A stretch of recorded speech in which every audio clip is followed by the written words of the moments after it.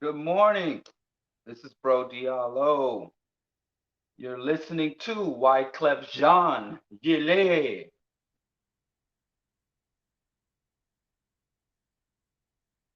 Man, if you don't have the album, the debut solo release by Wyclef Jean, Carnival, you're playing yourself. It's one of the best albums of that era, and I don't think it got as much play as it deserved. This was Wyclef before he went fully pop.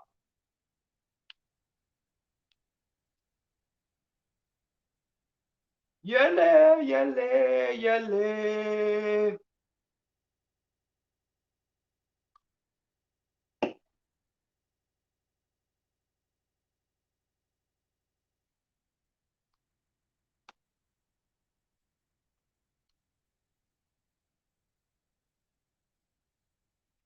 Yele.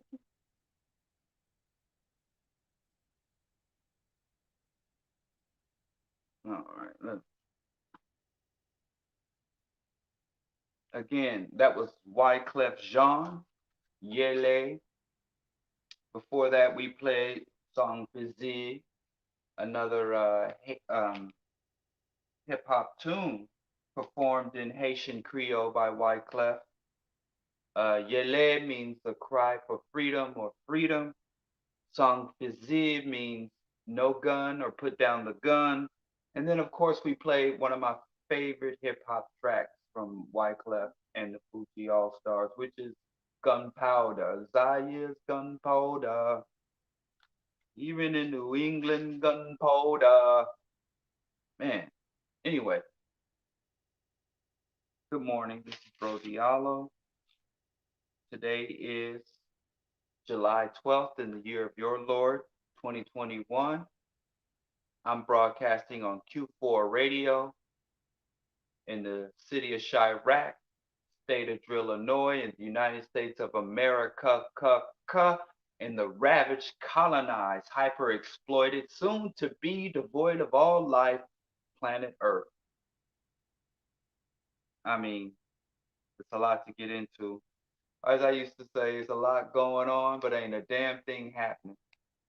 Um, and I like that saying. I don't remember where that came from. There's a lot going on, but ain't a damn thing happening.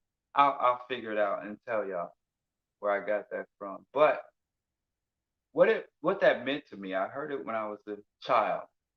It said there's a lot going on, but ain't a damn thing happening, meaning that there is so many issues surrounding African people and humanity in general, and the response uh, isn't up to par. The foundation isn't sound for the mission, as the ghetto boys say. You know, we're not living as though reality is real. And that was one of the main motivations for me to maintain the BroDiallo broadcast. I mean, we're heading into our fourth year doing this. Wow, it's been a struggle. Daily, weekly, monthly, yearly. You know, started with BroDiallo with what was it? 0 to 100. Shout out to Biddle, Black Star, the Underground King.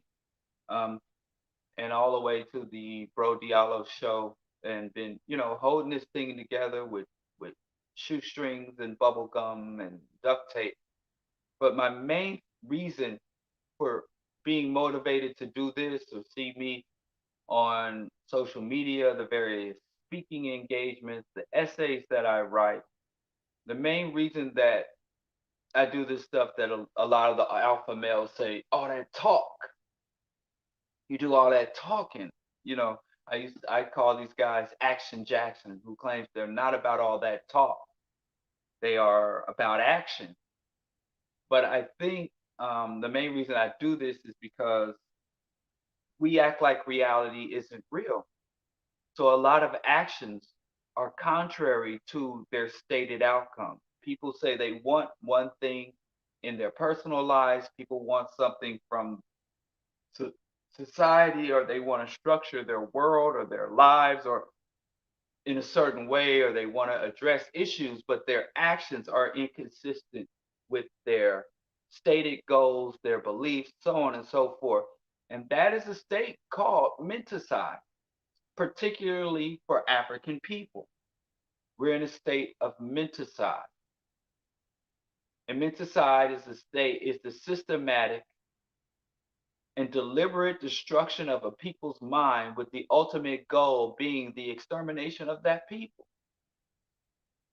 It renders you incapable of fully tapping into your intellectual potential.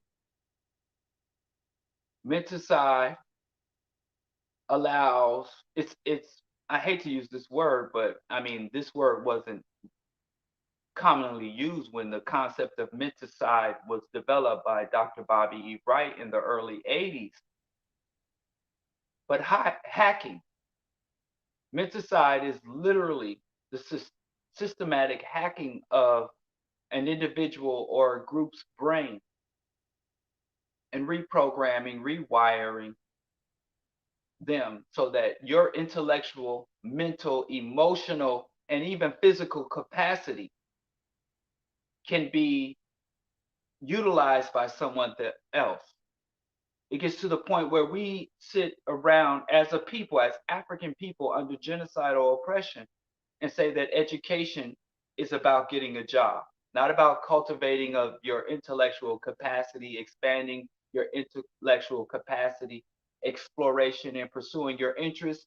Your reason for getting an education is so that you can sell yourself to the highest bidder, sell your skills, your talents to the highest bidder. But then some of y'all get slick and were like, I'm gonna own my own business. I'm gonna become a parasite my damn self. I'm gonna exploit the labor of others instead of having my labor exploited. And then we see the statistic that well over 90% of businesses don't make it past the first 4 or 5 years, but the fraction of people who do have successful businesses are inflated in the media. And we ignore the stats. You claim to be an intellectual, but you ignore the stats that say, hey, you're 80 to 90% likely to die in the class you were born into. And a rational mind would say, it doesn't make sense for me to go it alone, to entrepreneur, capitalist my life, my way through life. It would make sense to elevate the status of my group as opposed to trying to elevate my status as an individual. Because even if I secure the bag, even if I become a Cosby or a Dr. Dre or a J Bay, Will, Jada, hashtag goals, even if I do that, I still have all the vulnerabilities tied to race, environmental destruction, and the data also demonstrates that my wealth is not likely to last more than 2 to 3 generations. So my grandkids, if not my great grandkids, will be in a worse position than I am.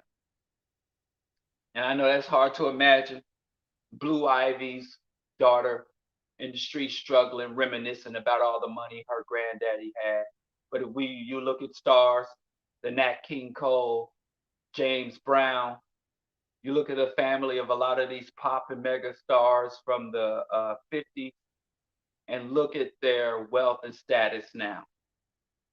The only way to maintain generational wealth. God, I hate that concept, generational wealth. I hate that concept. But I have to speak the language that people understand.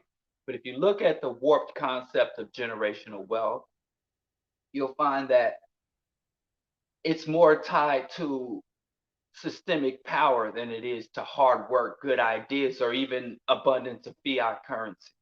You have to be able to affect public policy. You have to be able to set up and run institutions. You have to be able to control resources. Just having a ton of money is inadequate to last throughout generations. But the reason I say I hate the very concept of generational wealth is because, as I define it, generational wealth is clean air, non contaminated water, and fertile soil. That's the basis of it. If your child's bloodstream is contaminated with industrial chemicals, if your children's uh, lungs are full, they got this thing now called microplastic. Plastic doesn't go away, it's with us for thousands of years. But what it does is break down into smaller and smaller particles to the point where the plastic can be inhaled, it can be absorbed, it saturates everything. So I got a lung full of plastic. My veins are full of um, dioxin and other industrial chemicals, mercury. My glands, my liver, my thyroid is full of toxins. But I got a lot of money in the bank. I got deeds. I got patents and copyrights.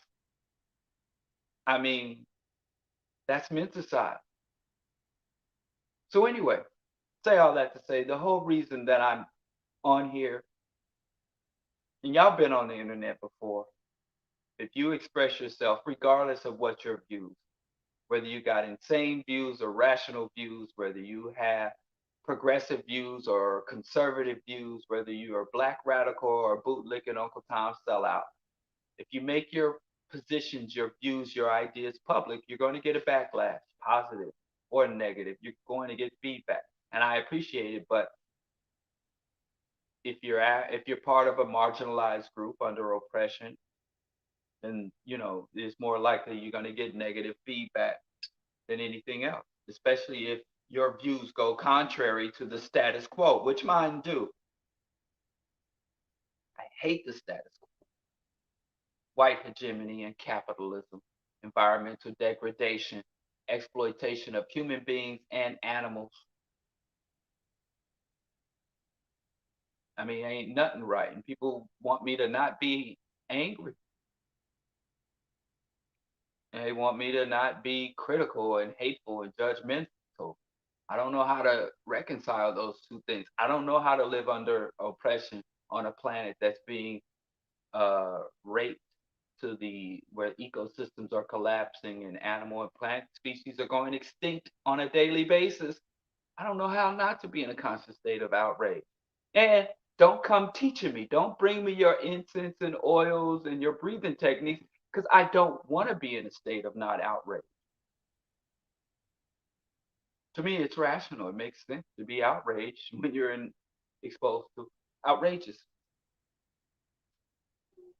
So anyway, as I say, the whole purpose, my entire motivation for the BroDiallo show is to combat menticide. And I do think that, like I said, this is not a vanity project, and I don't like struggling for struggle's sake. I am a secularist, so I don't support the concept of martyrdom. So I'm not here to suffer for what I believe in. I'm here to succeed. I don't play to play, I play to win. So I do see that I am making some extremely limited progress in that towards my goal.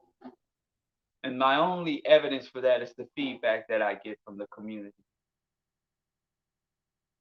But I still feel it's inadequate. Not that I don't greatly appreciate the feedback and see the minute changes that the BroDiallo broadcast is having in conjunction with a myriad of progressive, rational, secular, revolutionary voices.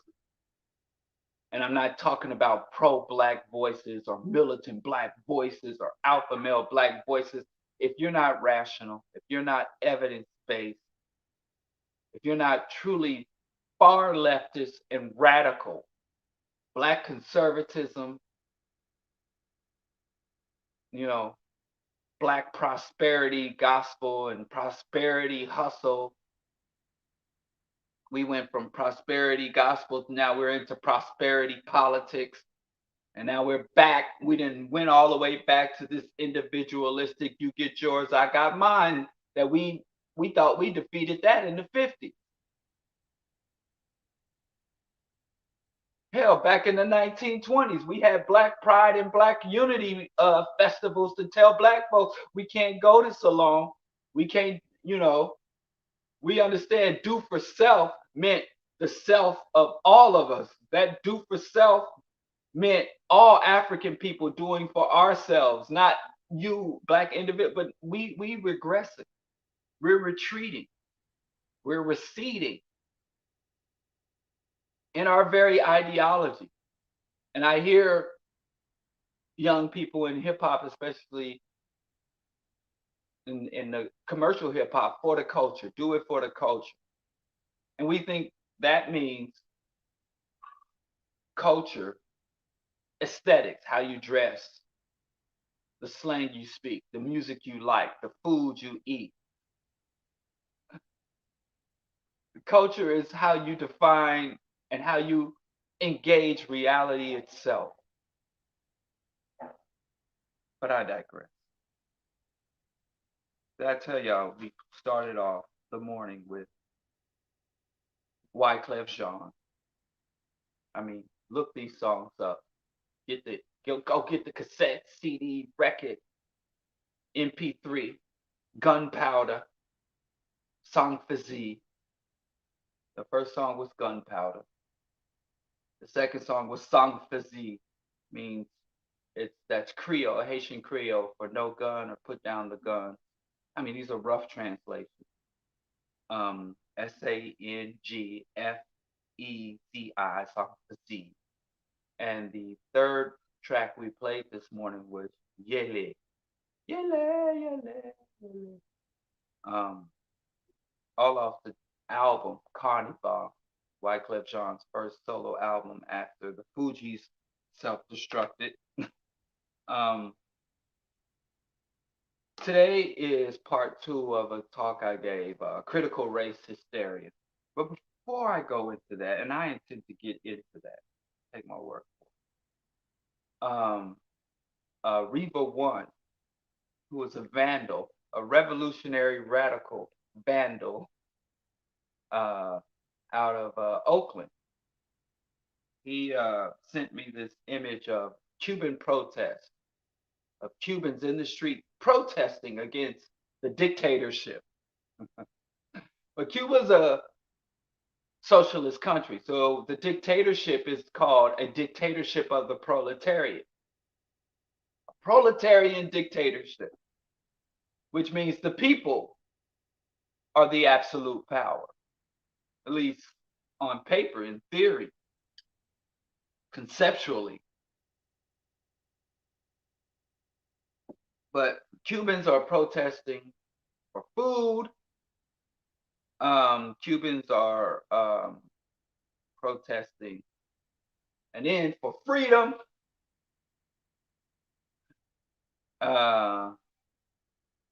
And Cubans are protesting because they want, and they're waving American flags. Now, Cuba has had protests and uprisings before, even though the United States tell us that Cuba is a bloody dictatorship where the people have no say and no freedom. Cuba has had protests before. But if you go to the American media, Fox News, New York Times, Forbes magazine, all these, the National Review, they are in glee.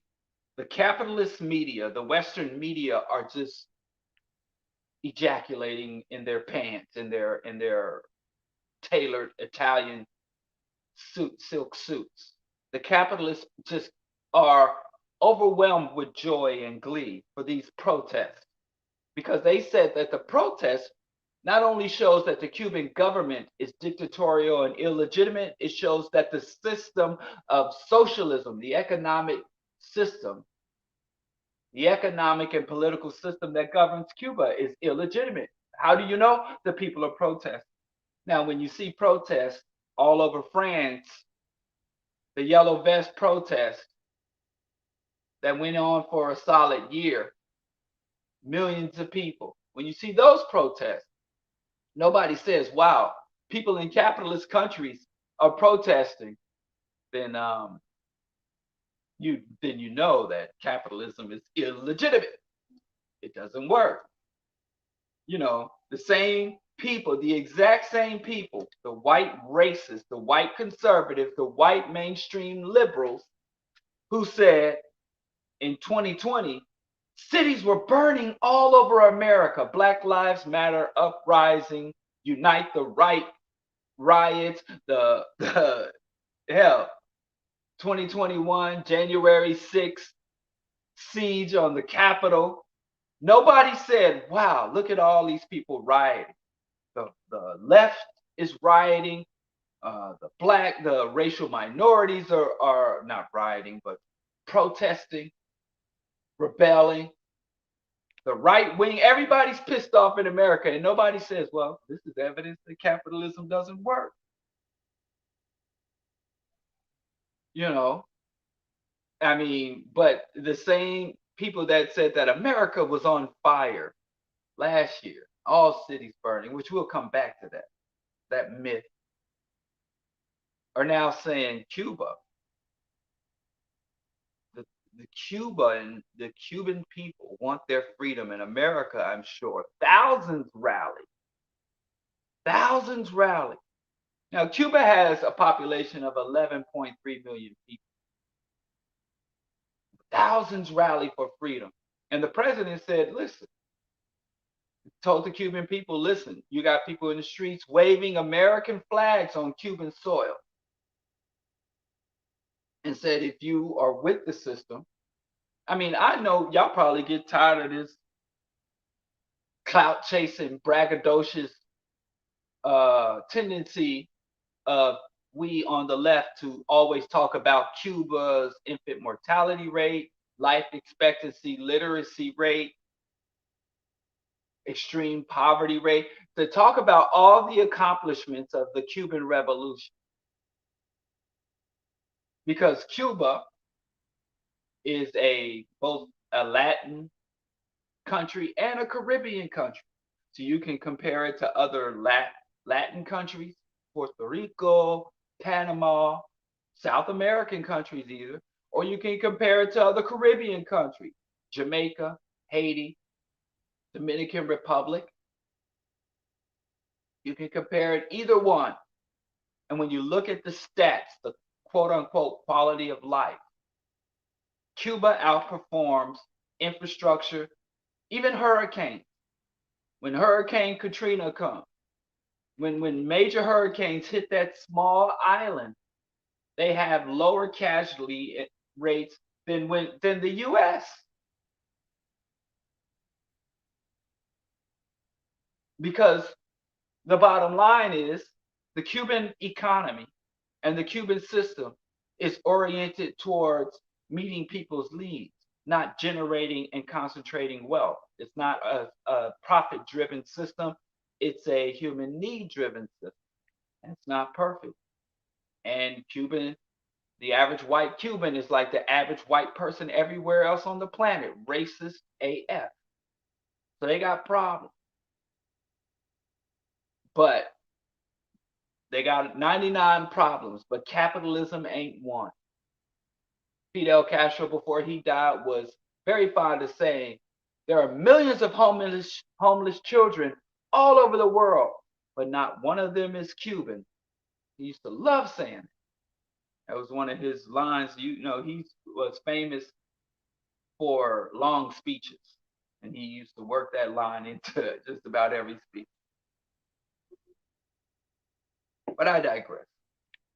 The bottom line is, it's disgusting how the corporate media of the United States, how the capitalist media, how the racist media, how the Western media, whatever you want to call it, is in such glee, claiming that Cuba needs to just totally restructure its whole system because you have protests, you have citizens protest, and you got to reevaluate everything, rewrite the Constitution, rework the economy. Citizens are protest. You can't ignore the protest.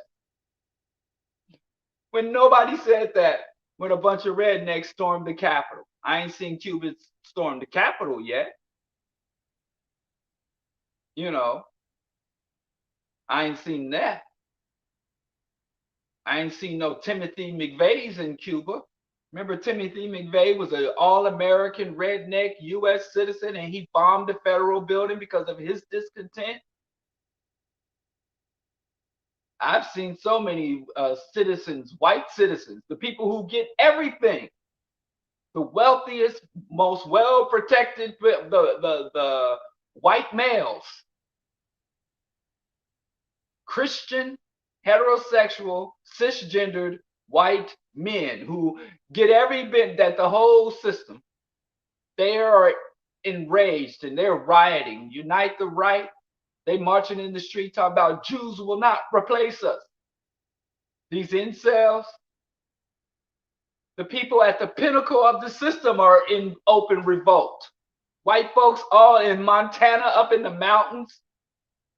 White people, white boys run around here talking about Civil War II, the Boogaloo Boys, the Three Percenters, the Proud Boys, the Promise Keepers, the militia movement, neo-Nazis. You got white boys all over America, and not one Western media outlet has questioned the legitimacy of the economic system or the legitimacy of the government due to all these uprisings, not to mention the people who got legitimate gripes against the system, like black folks, like Native Americans who were all in central and western United States, protesting, being hosed down with high pressure water hoses, arrested and murdered by militarized police and federal agents. And all they were trying to do was say, hey, could you please stop polluting our water? Can you stop running these pipelines through our sovereign territories without our permission? And the government killed them. And not once, these same media outlets that are saying there's protests in Cuba, that therefore a protest means that the system is illegitimate, then the United States system was never legitimate. The day after the Revolutionary War was won, the United States government was mass execution of its own rebels, its own veterans, of its own wars that help establish the nation.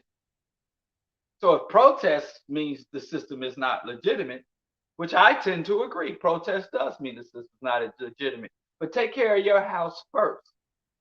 I tell you, like a 1970s R&B diva, take care of home first.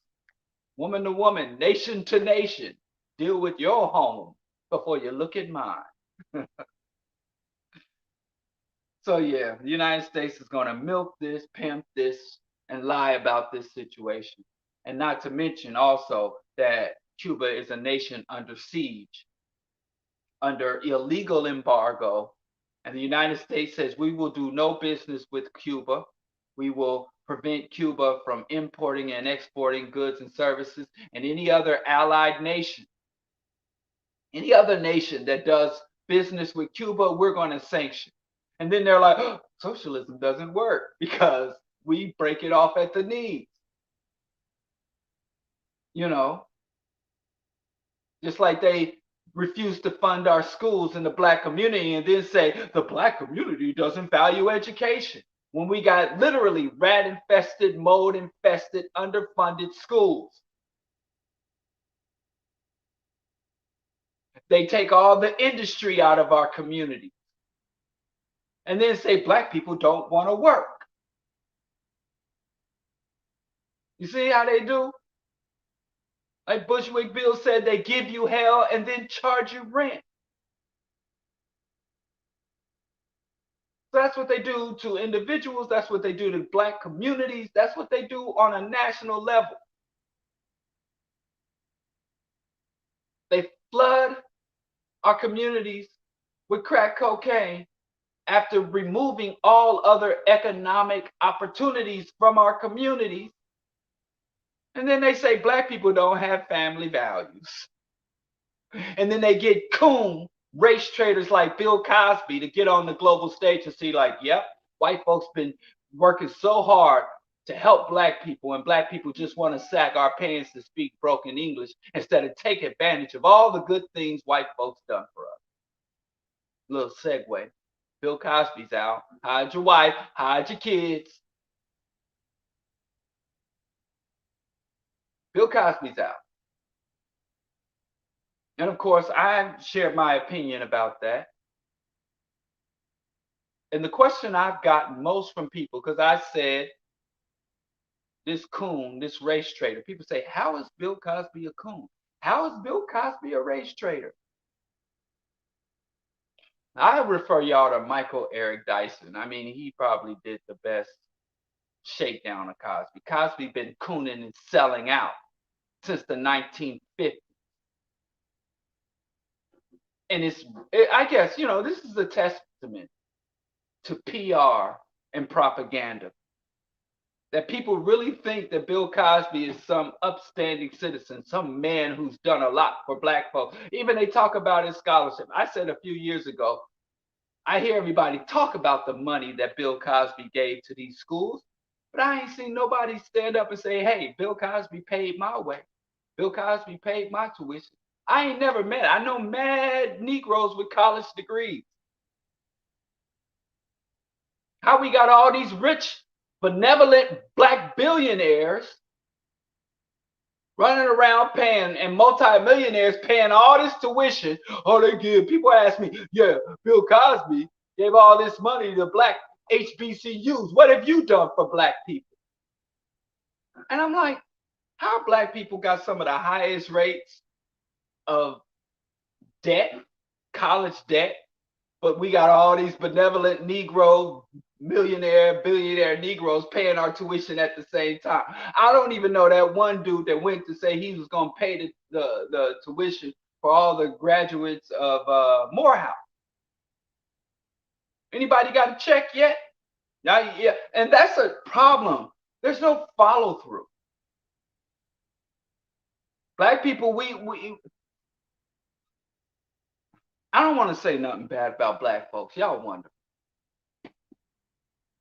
Now I'll leave it at that. Now, all white people, go check on your casseroles. I want to talk to just black people for a second. Just know that before you go check on your casserole, black folks are just fine, white people. Now, all my white listeners, go check on your casserole. Go smear some Nutella on some gluten-free bagels, and give me a second to just talk to my people for 1 second. Black people, now that the white folk is gone, we don't have very good follow through.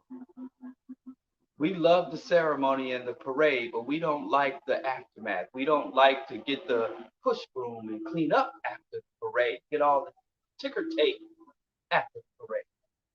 And what do I mean? You'll get a Negro like Cosby, you'll get a black leader or a prominent black figure that'll get up and say, I'm going to pay tuition. I'm going to give money to this institution. And we will hashtag, we will praise, we will share articles, we will go out and buy up their old comedy records. We'll do everything to show our love and appreciation for what this grand gesture. LeBron will open a school, and now Dr. Dre's about to open his own Save Negro school, his vanity project. I'm going to open my school for music. But that's the parade. That's the announcement. That's the ceremony.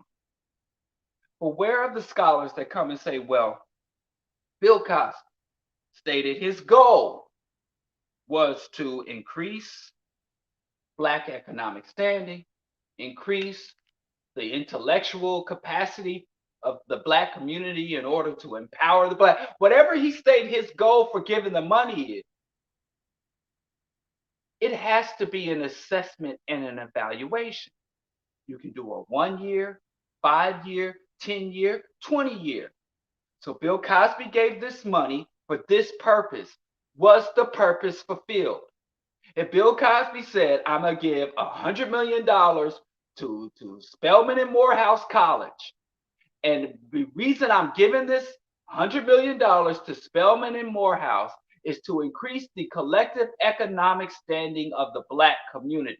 So here's the Black poverty rate, here's the Black business ownership, here's the Black homelessness, here's the Black property, here are the Black economic stats before Cosby embarked on this mission and put up this money for this specific purpose. Here it is before. After 5 years, has there been an improvement in Black economic standing or a decline? Has there been an improvement in Black academic or a decline? Here it is 20 years out. Has there been an improvement? And if there is no improvement, if there is no change, then you have wasted everybody's time and money. Or wasted your money and your time and everybody else. So you're not worthy. That's what evaluations are. If you work in any industry, you assess it. You have to do testing. And so we have all these wealthy Black people make these wonderful announcements, and nobody comes down the line and say, well, LeBron James opened this school because this particular community had these particular economic disparities, high rates of poverty, high rates of single parent household, high rates of a lower life expectancy, high rates of crime, high rates of drug abuse. I'm going to open this wonderful school to give these kids a chance. And 10 years later, the community's worse off than it was before the school. So you failed. So all the praise and appreciation we gave you was unwarranted, premature. But we just listened to the announcement. Bill Cosby made an announcement of giving some money to schools almost 30 years ago, and he's still riding off of that public relations, that PR. Negroes who ain't never got a dime, ain't never got close to no Cosby money, on here defending Cosby for the money he gave. You ain't seen the money. Where the money reside? What was the ultimate outcome of that contribution?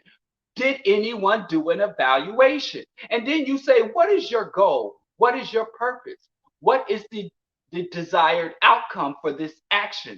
And if you don't secure it, then you have failed. But then if maybe they'll be honest, say, my goal is public relations. I'm just trying to buy influence over the Black community because the Black community is number one, oppressed, and number two, very vulnerable, but it's also a community that gives loyalty, but doesn't really ask for much in return. Unfortunately, this is the truth. And I hate to say this about my people, and I got to wrap this up because the white folks are probably finishing up their Nutella gluten-free toast and have checked on their rotated their casseroles in the oven. So I got to stop talking about Black folks. But let me just say this one more thing. Let me just say this one more again. Black people. Loyalty from the Black community, loyalty to the Black community is not a prerequisite for loyalty from the Black community. That's something we have to fix. Let me say it again. Loyalty from the Black community. Wait, let me say it. I'm saying it backwards. Now, here, listen to this. I'm trying to rush. That's my problem because the white folks are about to come back home. Loyalty to the Black community is not a prerequisite for loyalty from the Black community. We got to fix that. That means if there is a celebrated Negro, a talented 10th Negro, a Negro with some money, some status, some fame, with a high power position, Negro CEO, Negro president, Black people will celebrate their accomplishments, celebrate their wealth and success without requiring anything from that person. Just be black and that's enough. I mean, literally, the black community is in an abusive relationship with our black elite. You battered wife syndrome. Just love me and that's enough. I just love. Don't demonstrate the love. Don't act out the love. Don't provide me with any evidence of the love. I'll just assume it's there. So Bill Cosby can literally, Bill Cosby, you go read the revolutionaries of the 60s and what they said about Bill Cosby. Go look up, go buy a book or Google George Jackson, one of the greatest revolutionary philosophers, one of the greatest Black Panthers, one of the greatest black men to come out of the US penal system since Malcolm X. See what he said about Bill Cosby. Cosby, a right-wing conservative who got on the world stage and lied about black people and justified white people's treatment of black people, who blamed black people for mass incarceration, who blamed black people for the crack epidemic, who blamed black people for poverty, who blamed black people for the systematic, for menticide and the destruction of our educational infrastructure. Bill Cosby lied on us. And for what? All we did was love this punk. Bill Cosby said he was in the grocery store and heard a young black child say MF this and MF that to his own mother. Black, I mean, you tell lies that people. Now, first of all, when Bill Cosby ever went and bought his own damn grocery? Number one. Number two, if Bill Cosby did get the idea to go buy his own damn groceries, you think he'd be in a hood, a Family Dollar buying groceries?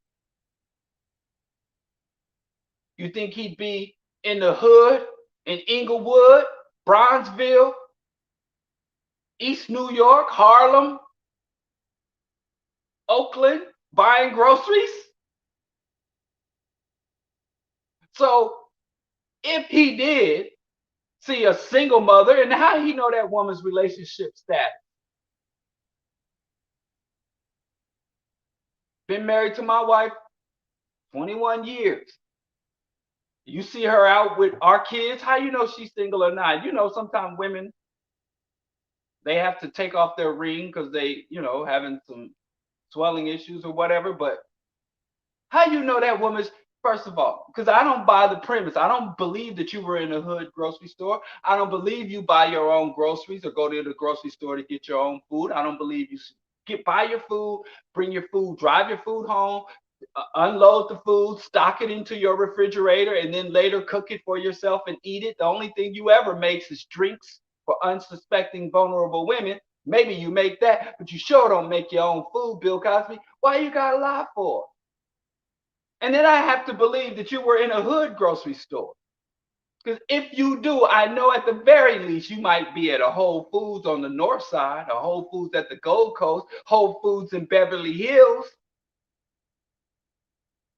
Abu Palm, or one of them fancy grocery stores.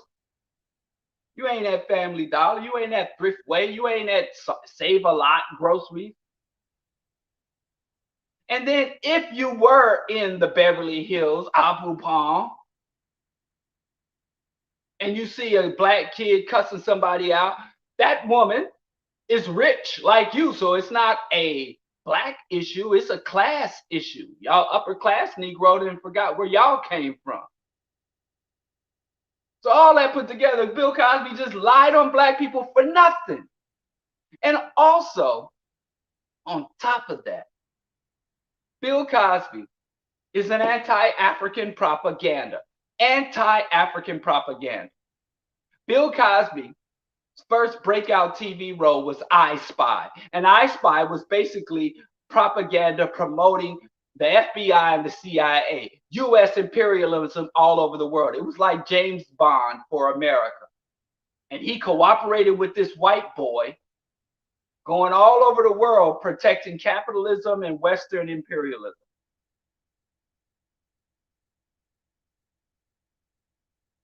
That's what he did. And at the same time that he was being iced by the most famous black man in the world, the most successful, back in 1965, during COINTELPRO, he's got black people, I'm a spy, looking up to Bill Cosby. And black people was like, wow, look at this black man in the leading role. In 1965, an American Secret Agent Adventure series that ran 3 seasons, NBC, 1965 to 1968. Look up the years of COINTELPRO. A team of U.S. agents, Kelly Robertson and Alexander Scotty Scott, traveling undercover as international tennis bums. Robinson poses as amateur and Scott as trainer, playing against wealthy opponents in return for food and lodging. So they played Bill Cosby in 1965 during COINTELPRO, during global assassination of black leadership. They were overthrowing black liberation movements in the U.S. and overthrowing decolonial movements in Africa and the Caribbean. 65 to 68 was the height of the Black Power movement. And this dude, the most famous black man in America, was telling people spies are cool. Spies are funny. Spies are charming. U.S. intelligence agents are just funny people who got quirky points of view. Why am I frozen? Right? That's I Spy. And he was called out for this. George Jackson said, this dude out here promoting secret agents and spies and U.S. imperialist aggression. At the very moment, telling lies to the people. Tell lie vision. I don't know. I'm frozen. Sorry if you are having technical difficulties, because I am too. I don't know. I guess I said the wrong. Oh, okay. We're here now. We here. Anyway, that was back in the 60s during white genocidal aggression. He was an anti-African propagandist.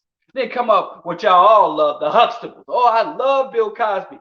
Y'all black people don't understand what positive media is. I get so sick of people telling me about positive images. And you don't know what positivity is. Positivity is not the denial of reality.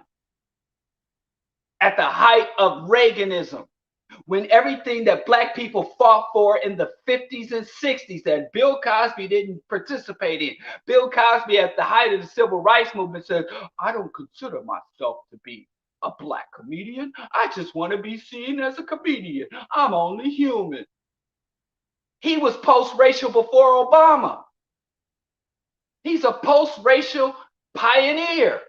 Colorblind, Uncle Tom, handkerchief head, Negro. That did I Spy? Well, let's bring it modern. Many of us, I wasn't even alive when he was doing that cooning. I hadn't been born yet. I'm old, but I'm not that old. Let's bring it up to the Cosby Show. What was happening in the Cosby Show in the 1980s? Reaganomics. Reaganomics. Everything that black people fought for in the 50s and 60s and the civil rights movement was being taken away from us systematically. In Reagan's first term, 1980, the war on drugs started under Nixon. It was intensified and perfected under Reagan. The beginning of the crack epidemic and the beginning of ultra-conservative politics and neoliberal politics. And Bill Cosby had this success porn, progress porn, But even you can't even credit, even if you think that this Bill Cosby, the Cosby Show was positive and inspired Negroes. Even if you think that, Bill Cosby admitted himself he wanted to be a painter. He wanted Claire Huxtable to be a maid. They had to fight Cosby and say, no, we're going to have a black doctor and a black lawyer and a bunch of successful weirdo. I didn't like the Cosby Show. A different world, different story. But the Cosby Show, them Negroes acted funny to me. I was living in East Hills Village, inner city housing project. I was getting government cheese and food stamps. I was on Medicaid, going to the damn Medicaid dentist and Medicaid doctor, waiting on that relief check, housing voucher, subsidized housing. You know, the black experience in America, black poverty in America. And I turn on the Cosby Show that's supposed to inspire me, and I see these, what is Mr. Huxtable, these funny talking, funny acting Negro. And I'm like, that's how they act? I ain't never been around no rich black folks. I've been around some educated black folks, but never black folks of that status. And that's how they be. They just weird to me. And I'm like, I guess, so puffy, huffy, funny talking, breaking into song like a Disney fairy tale, just singing and dancing, I guess. That's black freedom, black success. But here's the thing. I got to tell y'all about before y'all turn around. Positivity, black positive imagery does not ignore the plight of black people. That's not positive. That's delusion. That's propaganda. It's not positive. Positive media, positive imagery shows black people confronting our problems and overcoming our problems, challenging our enemies and defeating our enemies, not pretending that we have no enemies, not pretending that we have no problem. So you have the most popular television show, not in Black America, but in all of America. And black people are suffering all over the country under siege, mass incarceration, the crack epidemic, gang violence, homicide, chronic disease, open, blatant racism and police aggression.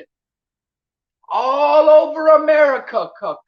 In the 80s, that was the Reagan era. That's when the United States made its hard shift to the right. And y'all think Trump was bad. Y'all young people ain't seen nothing till y'all seen Reagan era. Y'all think Trump would get on the TV and say racist things. Ronnie Reagan. Reagan is the godfather of all these bigots in the Republican Party right now. He is the godfather of right-wing politics. He is a right-wing deity. He destroyed the New Deal reform. He broke the backs of union. He screwed over white folks. So if this right Republican could screw over white folks, just imagine he stomped us out. We are still recovering from Reaganomics to this day. He got his own economic system called Reaganomics, which basically means take everything from the workers and give it all to the rich. That's Reaganomics. Or as his own vice president said, his economics was crazy, called Reagan's economics voodoo economics. So, understanding all that, and Cosby's on here saying, if you just go to school and behave yourself, you can have where did he live? In Brooklyn Heights? Yeah, he lived in Brooklyn Heights. He was living in Brooklyn Heights on the TV show in the 1980s. I moved to New York in 1992, and I went to Brooklyn Heights. It was white as hell. You couldn't even pretend to live in a black neighborhood in this black positive. Brooklyn Heights was white in the 90s. So I know it had to be hella white in the 80s. But stop thinking, showing black fantasies, ignoring black problems.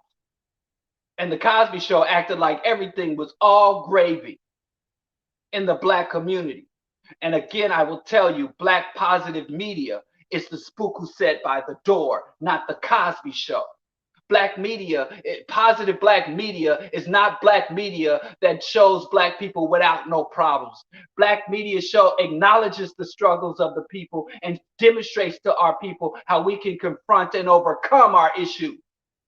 The Cosby Show was not positive. The Cosby Show was capitalist propaganda. Cosby Show was conservative propaganda, just like I Spy. And then I got people coming to me like, what did Cosby do wrong? Ask George Jackson. Ask Michael Eric Dyson. Ask any real progressive or leftist scholar going all the way back to 1960s and 50s to now. But he gave this ceremony without follow through. He makes announcements and nobody evaluates his announcement because he's rich. And if you look up to a rich person because they're rich, you are a peasant. You are a serf. Worse than a slave. You should have animosity for rich people. You should have antagonism for rich people. If you are not a rich person, or if you are a rich person with a conscience, you should be antagonistic towards all rich people. Don't trust them and have an innate background hostility for rich people for no other reason than that's how they feel about you. That's how they feel about you. And if you're dumb enough to look at the corporate media and look at the propaganda system and look at the public relations industry and think that rich people are sitting around thinking, how best do I use my money to help the poor or to help other people to become rich? You are a fool. You are a victim of menticide. Let me say that. But anyway, say all that to say, keep Cosby. Cosby deserved whatever he got. And notice, I ain't even got to the rapist part. So even if every time he had sexual intercourse with an unconscious woman, before becoming unconscious, the woman wrote and put her fingerprint that she consents to having intercourse with this man while she's unconscious. Even if that's the case, he's still the scum of the earth. Everything I'm talking about is separate from the fact that he's a serial rapist. And yes, I believe Bill Cosby is a serial rapist on top of all that cooning and sellout and anti-African propaganda. And you won't believe how many people came from my neck to defend Bill Cosby. Now, there are only 3 people who defend Bill Cosby. And if you defend or you like Bill Cosby, there's only 3 reasons. 1, you are on Bill Cosby's payroll. Not the most ethical thing, but a job is a job. And according to the American Constitution, Bill Cosby is entitled to the best legal defense available for him. He can afford. So that sister that was Cosby's lawyer, she's just doing her job like the Nazis at the Buchenwald camp at Krakow. She's just doing her job. So people on Bill Cosby's payroll, if you in Hollywood trying to make your way, and you know, when Cosby had clout, he ain't really got no clout there. He said he was going to go on a comedy tour, and all the venues are saying, you ain't coming here with that. I mean, I'm very happy in his demise because I am truly pro-Black. And pro-Black doesn't mean you support every Black individual. Pro-Black means you hold solidarity with the collective interest of African people. So when I see something happen that's in the best interest of the Black collective, I celebrate it. And when I see an Uncle Tom handkerchief head bootlicking coon take a downfall and be disgraced publicly, I celebrate that. But let me get back to classifying. If you support Cosby, if you celebrate Cosby, if you weep and mourn and think that Cosby suffered some injustice, there's only 3 categories you fit into. Number 1, you on Cosby's payroll. His name is in the upper, right-hand corner or left-hand corner of your checks. It's been so long since I got a check, I don't even know what they look like. But Bill Cosby is signing your check. That's 1. 2, you have the same degenerate backward value systems as Cosby, which means you too are a coon. You too are a predator. So you hold unity with Cosby because you identify and have the same value system and same behavior pattern as Cosby. That's 2. And number 3, You are a starstruck ignoramus. That's it. Are you a predator? Are you on the payroll? Or are you an ignoramus? Are you on this payroll? Are you a coon? Or are you starstruck ignoramus? Those are only three categories. You stupid, you corrupt, or you getting paid. And you, but no, I support Cal. Nope. Those are the only three. The only three categories. And I've filled it down. So whatever excuse you have for supporting Mr. Cosby. And let me tell you, probably the worst thing Cosby ever did is Cosby produced a rap album called the Cosmorati. Cosby said he wanted to communicate to the young people. So he put together, produced, and bankrolled a rap group and called the Cosmorati. And the Cosmorati was like the Illuminati because they were going to be a secret cabal. And what they wanted to do was put Cosby's right-wing, ultra-conservative political views to hip-hop records so that the kids and the young people in the beard, so the young people, the putty pops, so that young people would listen to rap music that was basically espousing Cosby's views and Bill Cosby's value system. And it's called the Cosmorati. That's probably the worst thing he ever did. Besides the predator, besides the predatory behavior, besides the cooning and selling out and backstabbing black people at some pivotal moments in our history. Black Power movement, he sold us out. In the Reaganomic crack epidemic, he sold us out. Let me tell you something. That album, Lord have mercy. And I'm a hip hop fan, so I'm even more. If you're not a hip hop fan, maybe you're not offended. But as a hip hop fan, the Cosmorati, I ain't gonna never let y'all forget that. And every time I bring up the Cosmorati, people be like, no. Like, yeah, there's a rap group, like a conservative. Imagine Public Enemy, but except they like have Republicans, black Republicans, people with right-wing conservative values, traditional family values, made a rap album. Just Cosby's rhetoric put to rap without the jokes. That's the Cosmorati. And I'll never forgive him for that. If he did nothing else, if he wasn't out here raping and he wasn't out here cooning, but he put out that rap album, that'd be enough for me to hate him. This just gets worse and worse. Anyway, BroDiallo Show, Q4 Radio. It is 8:18 in the a.m. The sun is trying to break out. It's been a rainy day here on the south side of Chicago. And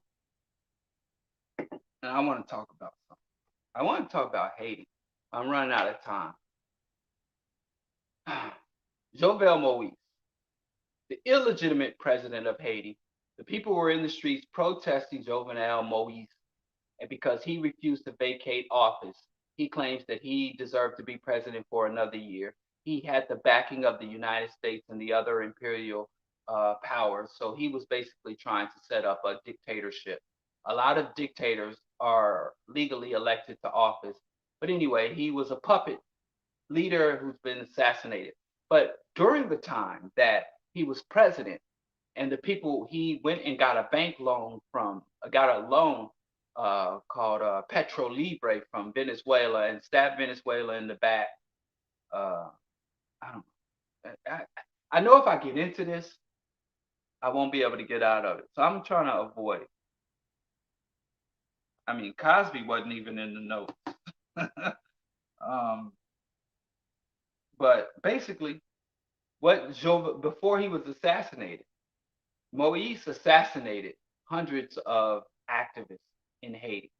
He hired these various gangs. There's this gang called G9, which is a coalition of 9 different gangs in Haiti, and they would go around committing atrocities. So if someone was protesting against regimes, protesting against the poverty, protesting against the misappropriation of funds for the people, they would go and throw people off of roofs, burn people alive, shoot people down, shoot protesters. He ordered his troops to use live ammunition to suppress peaceful and non-peaceful protests. Basically, he was just a petty dictator. And he got assassinated. And I think he was assassinated because he failed to do what he was assigned to do, which was repress the people and continue the exploitation. And he became an unpopular leader.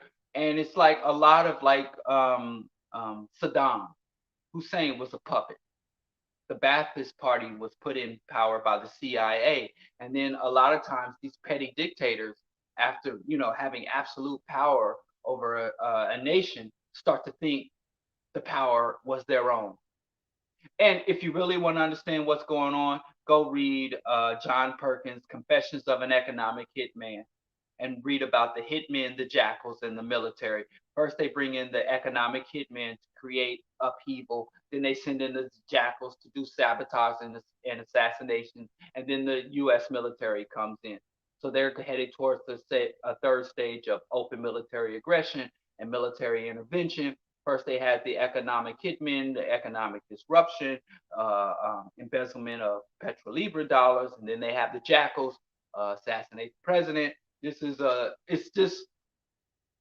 it's the same hustle they've been running in Haiti and throughout the third world for over 2 centuries. And you would think that our people, African people, even if we don't set up protections against these machinations, at the very least at this point, we would be able to have some countermeasures to these behaviors of puppet leaders, assassination, disruption, economic predation, and then ultimately military occupation. This cycle is tired, it's exhausting, and our oppressors, white people, keep doing it, and we keep falling for it. Same old tricks. At least make our oppressors have to come up with some new tricks. But I don't weep for Jovel. He was a sellout. He was a puppet. But I have to say, like Dale Jones, even though I didn't support him, they had no right to ice that brother. That's what Dale likes to say.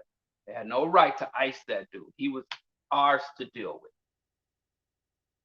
But beyond that, I'm not about to weep. No tears to be shed. That's my position. I'm going to stick by it. Anyway, let's talk about critical race theory and critical race hysteria. White folks going crazy. Now, if you listen, this is part 2. In the previous broadcast, I talked about the history of white hysterics. Basically, the white community going crazy about things that are no threat to them. And I went all the way back to the Salem witch trials, where white folks are like, oh, we're under attack. Oh, the humanity. Where white people get up in arms about a whole bunch of nothing. As Professor Mackey's grandma used to say, the bugger got no shame. White folks shamelessly up in arms and under hysteria. White people have always gotten up in arms about something that's a whole bunch of nothing. They have always identified, quote unquote, if you listen on Q4 radio, q4.org, you see that I'm throwing up air quotes. White folks always are responding to quote unquote threats while they ignore real threats. And I talked about the satanic panic. I talked about the Salem witch trials. I talked about the Red Scare. There's been the history books say there were 2 Red Scares. I say there are at least 4 Red Scares. And terrorists lurking under our beds. Islamic extremism, when Christian extremists, the FBI every year when it does its reports say, and the Southern Poverty Law Center and all the other agencies that evaluate hate groups and violent extremist groups always say that Christian extremism is a greater threat to the average American than Islamic extremism. Christian extremists. There are more Christian nationalists, Christian race realists, more Christian terrorist groups in this country than there are Islamic terrorists, by a magnitude of 100 times or more. So white people have a long history, even prior to the establishment. We just had America's birthday.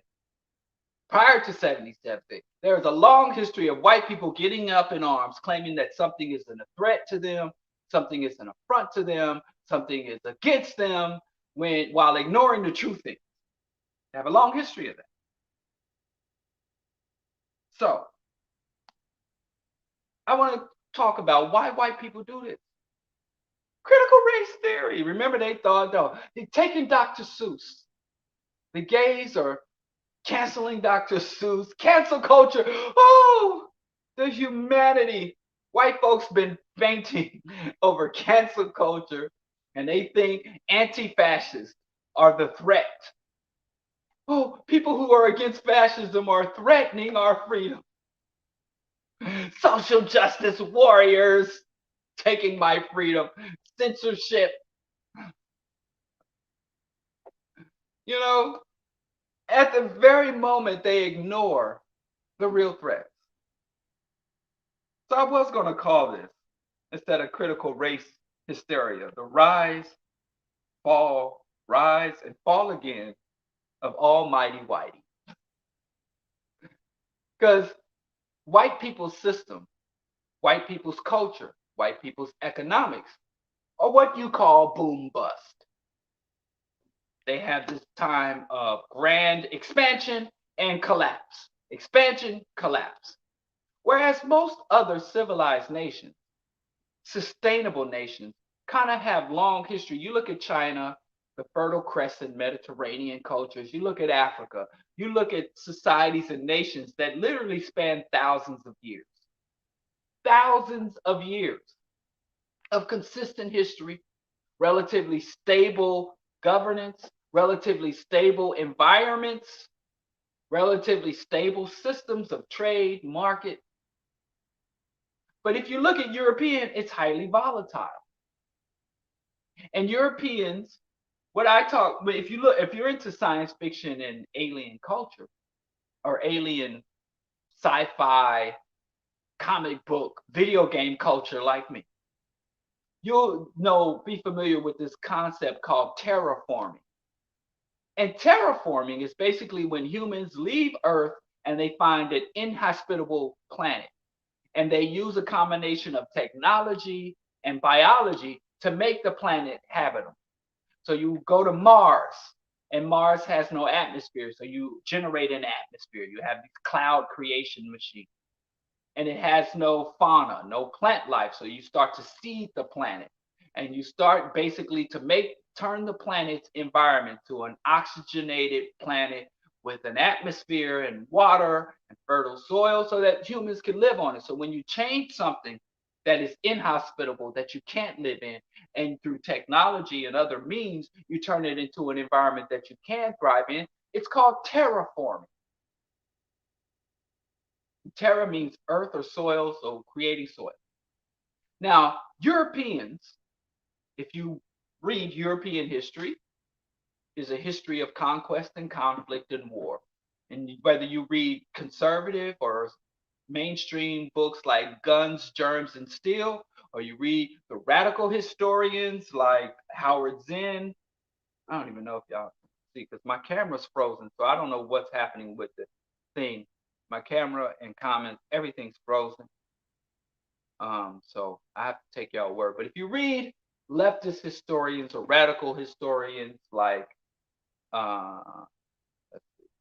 sorry. Okay, it's going, but I can't see. Y'all can see me, but I can't see y'all. So if you look at texts like A People's History of the United States or The Iceman's Inheritance, you understand that white people evolved in a certain environment. They thrive in a certain type of environment, and they go around the world and create certain type of environment. So planet Earth has been terraformed culturally, economically, to suit what Marimba Ani calls the Isili, or the fundamental personality, the fundamental mentality of Europeans. Europeans left Europe because Europe environment was ravaged, the wealth was all hoarded by the monarchs, and they wouldn't share the wealth with the people. They were in a very poor state that was plagued by ongoing conflicts and plagues. And they had petty leaders who hyper-exploited the people and would quarrel amongst themselves for the pettiest offense. So you have a king who invites a nobleman to his castle, and that nobleman doesn't followed some obscure custom. He didn't curtsy properly when he was in the presence of the king. And then he'll get in his carriage and go back to his fiefdom. And then the king will wage war on that nobleman for the offense. And the king will sit in his castle, and the nobleman will sit in his castle, and all the commoners have to beat each other to death and stab each other to death because these two wealthy men had some petty beef. That's European history. And the people who said, I ain't going to fight for this silly king, I ain't going to fight for this silly nobleman, then they get tortured to death. They're called heretics, and the priests come in and rip out their tongues. That's European history. I didn't make the history. I didn't write the history. Y'all the ones told on yourselves. That's how I made it through college. That's how I got my master's degree. I talk about white folks like a dog, but then I go get some white authority to say, I didn't say this. I'm just repeating what this intelligent, educated white man said. Is he wrong? Are white men not as smart and as creative as you say they are? I just use white folks stuff and what white folks said about white folks. Freud, but I digress. So European history is one of conflict, struggling, digging tubers out of frozen soil, sucking bone marrows in caves, Iceman's inheritance. And so when the white man had to leave his home because they were slaughtering each other, and some pilgrims and Puritans wanted to escape the slaughter or expand the slaughter, depending on your interpretation, they went to a world that didn't have perpetual warfare and perpetual conflict, and the world wasn't carved up and all separate. And again, don't take my word for it. I'm not trying to make revisionist history here. I'm going off of the journals of the European so-called explorers. I hate the word explorer. I call them the European invaders. I don't call them settlers. I call them invaders. I don't call it privilege. I call it pathology. I don't call it supremacy. I call it domination and hyperaggression. But that's my vocabulary. So they went to places. They went to Asia and said, these people, they wear silk. They have technologies that seem to be magic. And they welcome us. They're willing to teach us. They went to the Middle East and like, these people got mathematics and written language. They went to Africa. Said these people have medicines and architectural techniques and universities. They came to the New World. They came to the Americas and said, this place is a paradise with gold, rivers of gold. People wearing elaborate feathers and birds of paradise. They went all over the world and was like in awe of what they found. You get on a boat, you're in Europe. Many of the sailors had venereal disease and diseases like scurvy that come as a result of malnutrition. They had powerful stench, had maybe bathed once or twice in their lives. They were, the life expectancy of 35 to 40 years. You're having to give all their wages to some corrupt tax collector or some corrupt priest, not able to think what you want or be what you want. You go to a boat and you find what you defined as a paradise. Columbus even said these people don't know famine. They don't know war. They don't know hatred. Then he said they will be easy to overthrow. So even when they went to quote unquote paradise, they were like, I can't live in paradise. I can't live without constant conflict and constant threat. Chris Hedges said, for his people, war is a force that gives us meaning. I need perpetual conflict. If I don't have an enemy, I will make an enemy. I want beef. I want to put all my money into weapons, and I want to create more and more elaborate ways to kill more and more people. I want to put weapons in space. This is terraforming for Europeans. And you're mad at me? Show me where. Show me where the European went outside of Europe and didn't embark on a campaign of genocide. Show me where. Australia, Asia, Africa. The only place that Europeans didn't commit mass atrocities was Antarctica. Unless you count slaughter of animals, and then even Antarctica. And then they turned around and said, this is mankind. This is human nature. And they convinced that they were just smarter than us, because if we were as smart as them, we would slaughter. If we was as smart as them, we would enslave. If we was as smart as them, we would colonize the world and make nuclear weapons. If we was as smart as them, we'd kill 90% of the complex life forms of the ocean and drive all animal species to the brink of extinction. We would send pollutants into the atmosphere, but we're not as smart as them. Say this is a humankind problem. When they talk about their accomplishments, they're very specific. The British Empire did all these great things. French culture is all these great things. The American dream. They're very specific when they want to brag. But when it comes time to deal with the fallout of their actions, then it's mankind. Then it's humanity. Then it's everybody has to deal with the fallout.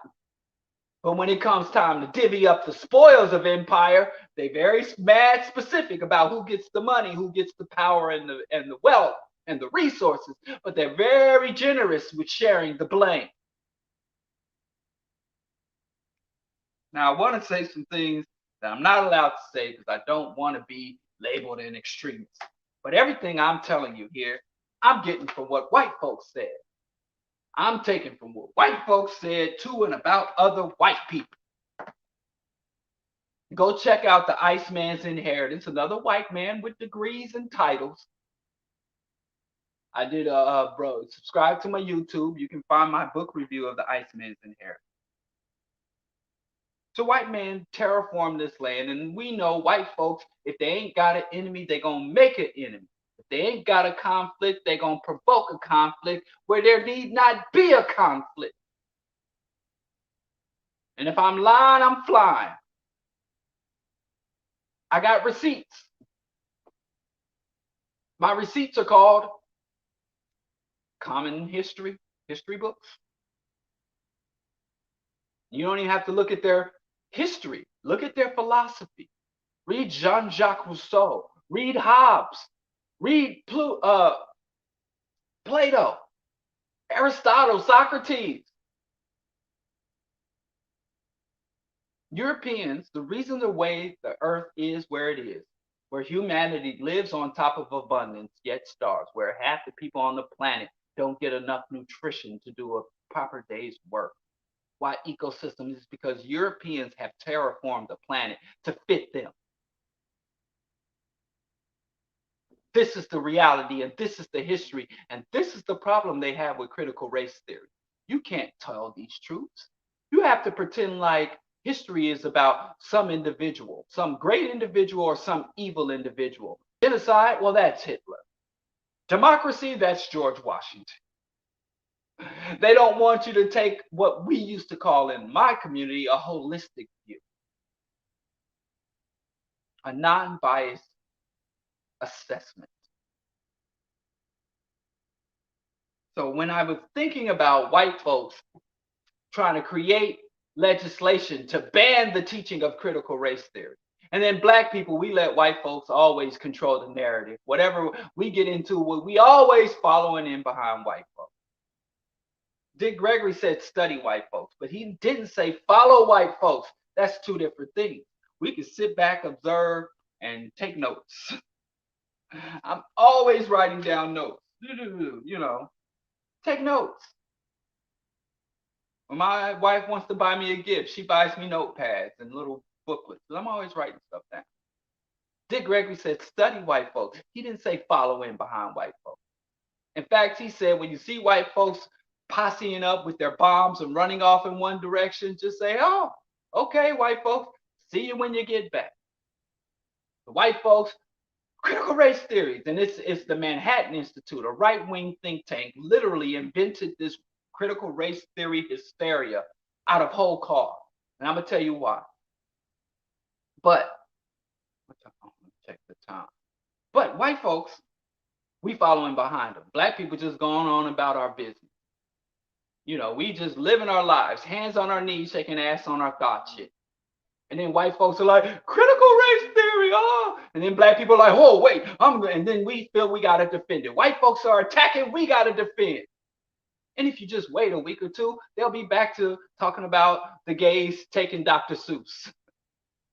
That's why they just cycle around. They were fighting against the LGBTQ people for trying to cancel Dr. Seuss a week ago. And now they're attacking black folks for trying to teach white kids critical race theory. If we would just fall back in a week or two, they'd be on to another group. Maybe the Hispanics, it's y'all turn again. Or the Asian people. Well, no, Asians, they took a lot of the weight over COVID. So, it's somebody else's turn. Or we could even invent a minority group. That's what we should start doing. And all the ravaged minority population. Oh, the Jews, it's about their time again. So maybe those anti-Semites will get back up front. But we should invent minority groups that don't really exist, and just giving an exotic made-up name that's not familiar. Oh, Waikisi. Who are the Waikisis? The Waikisis are taking our jobs. Just make something up. The flippity flappity flus. What, the white flippity flappity flus are destroying our values. Just so we can just breathe a little, because they just say the same thing about the same groups over and over for over 200, 300 years. This is exhausting. But anyway, white folks are up in hysteria. Remember, white folks was talking about, and then we get to, they changing the law. Remember, white folks in rural Dakota were changing their state constitution to forbid the implementation of Sharia law. Y'all don't remember? Towards halfway through Obama's presidency, white people were running around talking about they're going to bring Sharia law to America and we're going to ban Sharia law. You're not going to impose Sharia law. Keep your Sharia laws off my ovaries. Racist white women were screaming in the street. And now they're saying, you're not going to teach my kids critical race theory, which is a law. They taught critical race unless your child goes to Harvard Law School. You don't have to worry about that. So they get, and it frustrates me because white folks have always done this. So I'm just like, it's white peopling. But why do we act brand new? Why do we act brand new? Every time white folks get up and they get their knickers in a bunch, we got to follow behind them like it's something. White people have been creating false villains while ignoring real problems. They've been doing this. It's terraforming. They have to create, they only know how to live in an environment where there's perpetual conflict. They can only define themselves in opposition to others. Whiteness is nothing more than a declaration of separation and hostility to non-whiteness. It's not even a thing. There's no such thing as white culture, white language, white system. There's just white people have invented this stuff in order to live in an environment. Other people come into an environment and say, hey, I want to create peace. If I can't create peace, if I already have peace, I want to sustain peace. I want to work towards peace. These folks are like conflict, total war, perpetual war. Let's take the vast majority of our scientists and have them make weapons. Let's take the vast majority of our tax revenue and put it into military. And nobody ever, you have people like, I don't want my money going to food stamps. I don't want my money going to healthcare and pay for somebody else's insulin. I don't want my money going nowhere to nothing. And you're like, well, what about the military? Oh, I love the troops. Like, but the United States, the majority of your tax dollars that you claim about are not going for welfare or to feed hungry children. It's going to Raytheon and Boeing. Hewlett Packard. You never hear him complain about that. Death culture. What's his name? He's fallen out of favor. Derrick Jensen. He was beloved by the left a few years ago, but now he's fading to the right. He's becoming a right winger. Man, you can't trust white folks. Derek Jensen said, rightfully, that his culture, his people, have a death urge. Christianity is a murder cult and a death cult. European Western culture is an apocalyptic culture. They think that they're racing towards some end. Their fundamental philosophies like objectivism. They believe that when they die, the world should and does die with them. Ayn Randian philosophy, capitalism. He who dies with the biggest toys wins. Ain't nothing about legacy or descendant. While black people sitting here talking about multi-generational legacy, multi-generational wealth, the people who rule the goddamn world are like, take everything you can, rape it till it dies, and leave nothing in your wake. That's what they're doing. Burn it all, consume it all, own it all, control it all, destroy it all, bomb it all. And you sitting here thinking that you can coexist with these people in power. Multi-generational wealth. If your child knows how to code and got a wicked jump shot, I don't know what y'all, whatever plan y'all have for white African children. But the problem is white people are in power. And power ain't money, dog. It's self-determination. As M1 said. Power is the ability to define reality and have it act in a desired manner. So even though we know that white folks are lying or full of feces about this critical race theory, if they say that critical race theory is a threat to white people and they have power, then they define that reality and then they get to attack black people for being a threat to them when they have always been the persistent threat and we didn't present a threat to them because they define reality because they are in power. So yes, even though I sit here and mock white folks and being delusional and building up false threats, I also have to acknowledge that white people are a true threat to us.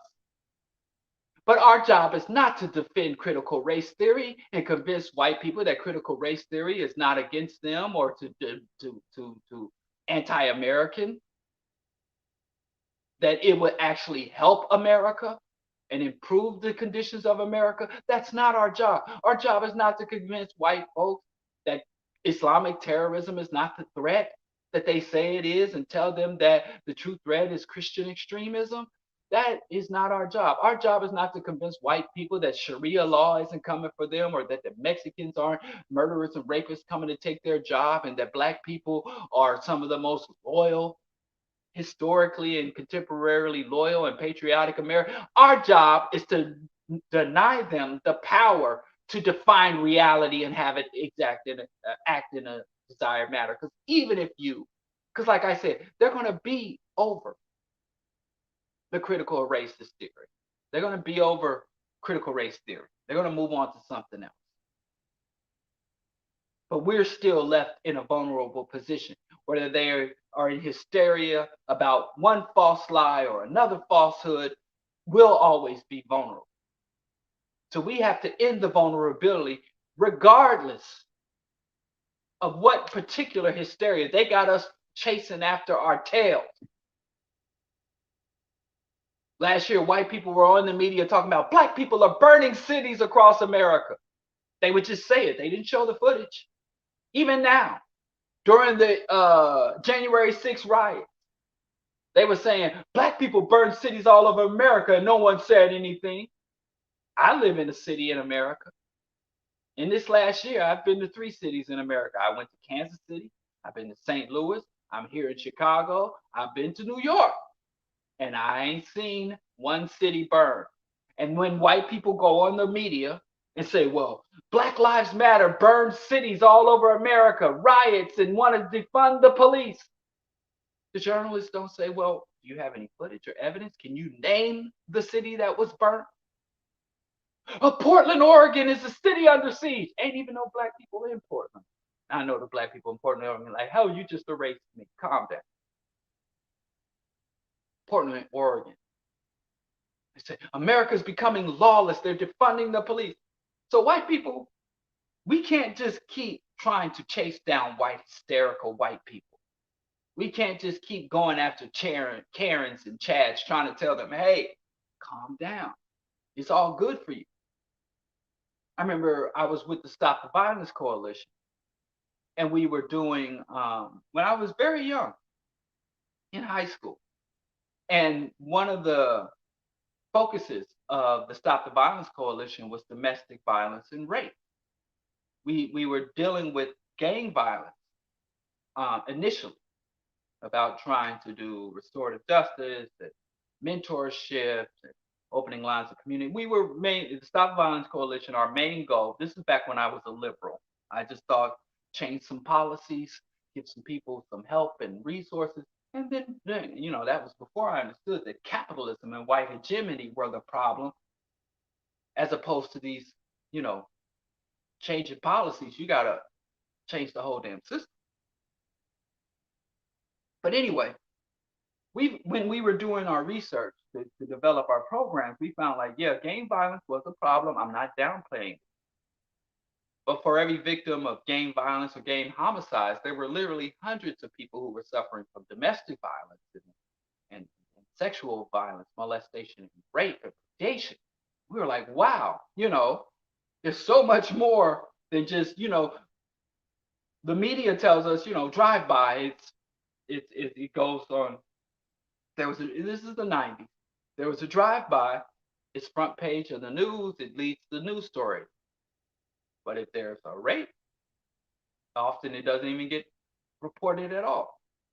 And domestic violence doesn't get. So anyway, we started focusing on domestic violence and rape. But while we did those statistics, and we were having, scholars come in, epidemiologists come in and talk to us as we were developing these Stop the Violence program. They had said to us that white women, and it was a white woman, a radical feminist white woman, said that the population in the United States that suffers the least amount of violence are upper class, affluent white women.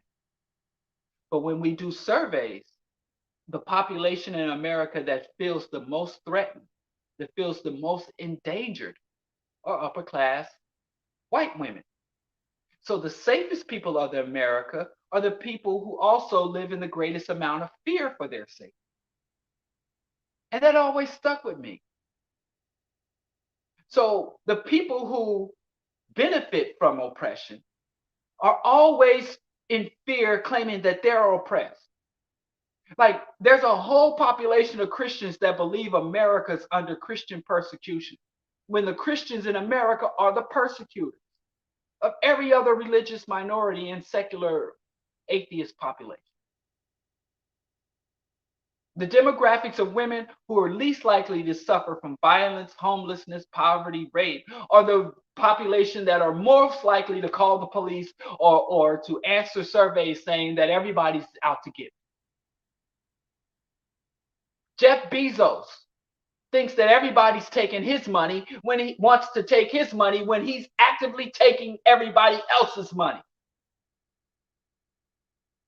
So I don't get up in arms when white folks lie, but I do understand that white people have to be removed from power.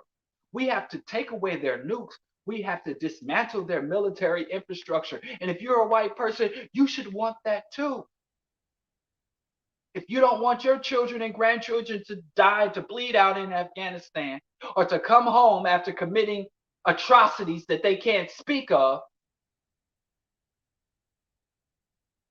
and lose their mind, or if you don't want your child to go overseas, commit atrocities, and come back here like John McCain and have a successful career because you are a murderous psychopath, so the crimes you commit don't even bother you. Damned if you do, damned if you don't.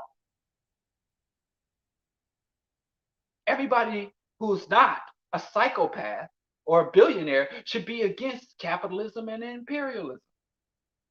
Oh, but I wanted to say, why are white people doing critical race hysteria? It's because white folks are suffering. And I talk about this boomer bust thing, where white people have the roaring 20s and then comes a collapse and a depression. That's how they do. So that's just how they do. So when white people start to decline, they need someone to blame. The white elite gassed up the white middle class and said the reason why you are wealthy and affluent is because you're hardworking, you're good Christian values, and you're very smart with your money. You invest properly, you save and squirrel away, and you are what we call the backbone of America. You are the heart of America. You are the, what they call the pillar or the salt of the earth or whatever. They have all these terms that they told white people. That was a lie. White people are rich because they were given welfare. If you go look at the Homestead Act, if you go look at FDR's policies, the New Deal, and all the housing policies, how the federal government put in federal funds to build housing, to finance and guarantee loans, to build up the suburbs, to pave the roads, how US policy, the 8-hour workday wasn't because of private industry. Capitalism didn't give the government. White folks are the primary benefactors of government handouts. And they told you aren't getting a handout. You earned everything you have. You worked for everything you have. And then black people's like, listen, give us something or we're going to burn this whole shit down. Well, enough is enough. It's enough, Mr. White Man. You're going to give us our votes. You're going to give us our wages. You're going to get these pigs off our backs. That's what we did in the 60s. And we rose up and actually did have rebellions in 200 cities across the United States in 1 year. And the United States says, listen, we're in a bind. We can't go slaughter all the black people because we have the Soviet Union, and thus there's a two powers here. And, you know, we want Africa. We're in Africa saying, hey, give us your resources and we're your friend. But then they're like, you're over there messing over the blacks in your own country. So how do I expect you to treat blacks from foreign countries? And plus, we can go to the Russian. We can go to the Kalashnikov. Instead of M1 rifles from America, we can get Kalashnikov AK-47s from Russia. So the United States couldn't just slaughter black people when we were rising up, because the United States was trying to negotiate economic deals and trying to outmaneuver the Russians in the Caribbean, in the Latin America, and in Africa, and even Central and Eastern Europe. It was a struggle for hearts and minds with the Russians. And so the United States says, hey, we have to give concessions to black people. And the white man who left his middle class home and saw black people living in shanties one day left his middle class suburb and saw black people living in affordable housing the next day. And he was like, whoa, this is injustice. The black people getting all these handouts, when we were literally getting a fraction of that government support that white people had been getting. We literally got for 10 years one small fraction of what white people had been getting for 200 years, right? And so white people started voting against it because they were like, well, black people are getting government handouts when I worked for everything I got. So they started voting for policies and politicians to take away government programs, protections for workers, social safety nets, upper income tax rates. White people blew up their own economy. And now they're like, I'm suffering. And I can't be suffering because I'm stupid. I can't be suffering because I'm incompetent. I can't be suffering because I work hard, I'm moral, I believe in Jesus Christ, so I must be suffering because of immigrants. I must be suffering because blacks are getting all their handouts. I'm suffering because of critical race theory. And that's why they're in hysteria. Because for them to acknowledge why they're truly suffering would demonstrate that their wounds are self-inflicted. Got nothing to do. They ain't read critical race theory. They don't know what it is. They just know it's something other than them to blame. This is called scapegoating. When you had a bunch of animals in a field, you would take one goat and tie it to a pillar. So when the wolves come, all the other sheep would escape while the one goat that was tied to the pillar would get eaten and distract them so that everyone else could escape. That's what a scapegoat is. A sacrificial lamb, literally. And black people and other vulnerable populations in the United States are sacrificed for white hysteria. When white people suffer, they can't fight the white elite. they're not going to fight the white military. So they go and attack vulnerable population or obscure philosophies like critical race theory. And I'm out of time. Sorry, I did it again. So guess what we're going to have to do next week? I'm going to talk about what critical race theory is. That's why white folks are. But next time, I'm going to talk about